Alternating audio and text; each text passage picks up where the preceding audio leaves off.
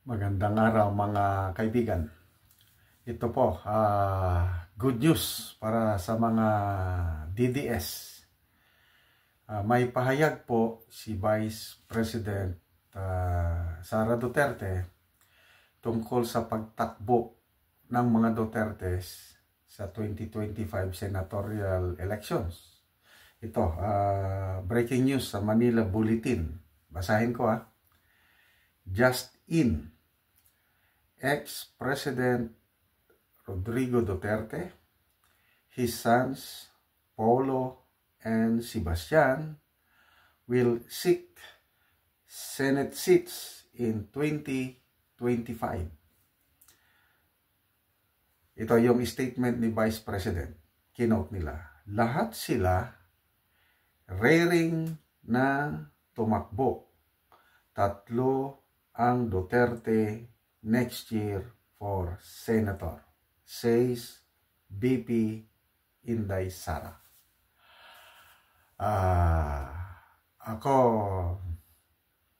natuwa ako ng gusto itong statement ni VP Sara, yung raring turan, yung atat na tumakbo.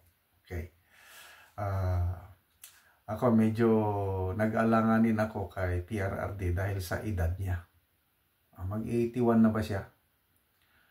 But anyway, sa US nga, si President Biden seeking re-election, 81 na rin. Siguro, kaya pa. Kasi yung health concern lang si Tatay Digong. But mentally, nako, very sharp pa siya. I hope kaya ng kanyang physical. So, ako, ikakampanya ko ng todo itong 3 Duterte. Sa lahat ng mga surveys, palaging nasa top 3 si PRRD. Kaya ito, sure win na ito si PRRD. It remains to be seen itong dalawa niyang anak, si Mayor Baste, malakas din sa tao. So, tingin ko mananalo din itong si Mayor Baste, Lalo na si Pipi Sara mismo ang magiging campaign manager nila. Nako. Ito lang si Congressman Paulo, tahimik siya Hindi masyadong but I hope na mananalo rin. Basta ako, ito top 3 sa aking balota, itong 3 Duterte na ito. So yan, 3 na So, sino-sino pa yung ibang tatakbong senador na aalyado sa mga Duterte, ang pinaka-sure dyan, yung 2 taga Davao, Senator Bato de la Rosa at Senator Bongo. Andalay, may parinig akong balita, balita ito sa think ABS-CBN. Nagsalita si Senator Bato tungkol sa style ng pangangampanya nila sa 2025 na election. Parinig ko lang sandali. Naghahanda ng tumakbo para sa ikalawang termino sa Senado sa halalan 2025 at 3 kakampi ni dating Pangulong Rodrigo Duterte. Kwento ni Senador Ronald Bato de la Rosa kahapon, guerrilla style campaign ang gagawin nila ni Senador Bongo. Susumikap lang kami dahil wala naman kami inaasahan. I don't know kung mukhang malabo naman siguro kami ikakarga ng administrasyon.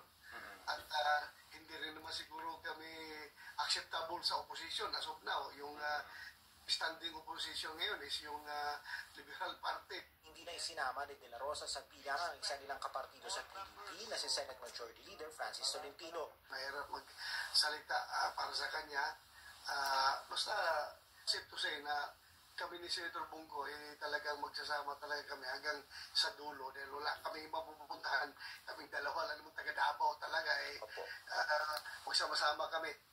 Hindi rin umano sigurado sa Senador Amy Marcos kung kasama siya sa lineup ng administrasyon. I'm up for re-election in May next year. Hindi ko alam kung kasama ako nakikita ko yung iba't ibang slate, palagay ko magiging 50 ang kandidato. Kasi napakarami po namin. May Lakas, may PFP, meron pang ano ba yun? Marami napakadae.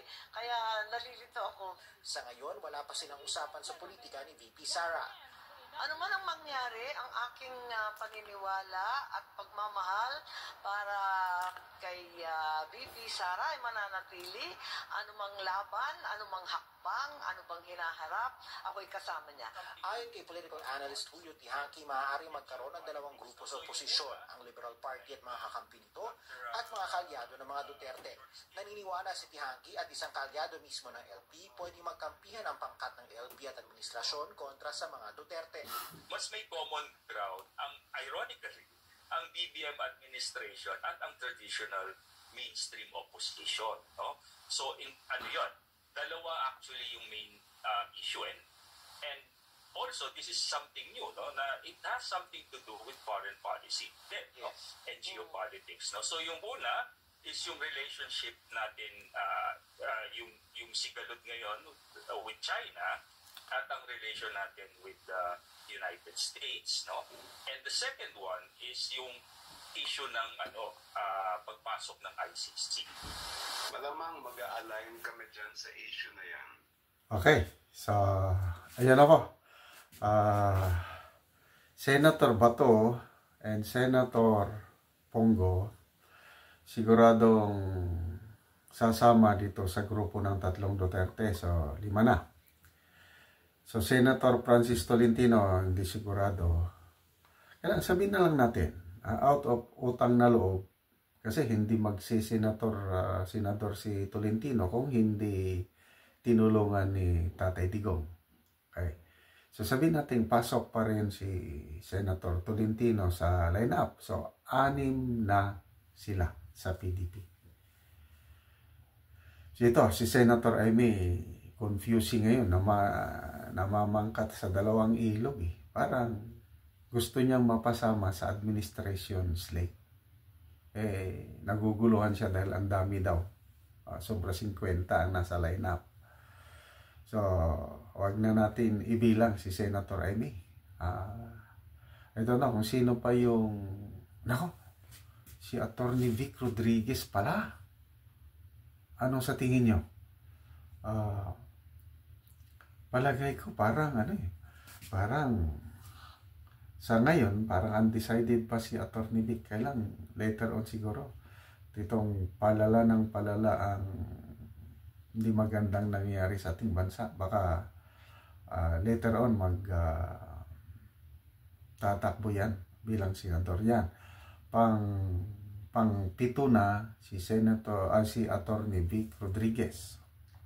Sino ba ang mga posible? Baka si pang-8 si Attorney Glenn Chong, pang-9 si Attorney Roque, pwede rin pang-10 si Attorney Panelo. Sino pa ba? Anyway, yan yung yan yung magiging lineup ng PDP. Parang nag-iisa na lang ang PDP na oposisyon ngayon. Kasi yung LP, wala na. Oposisyon kunuhay. Kaya lang, mahina na rin sila.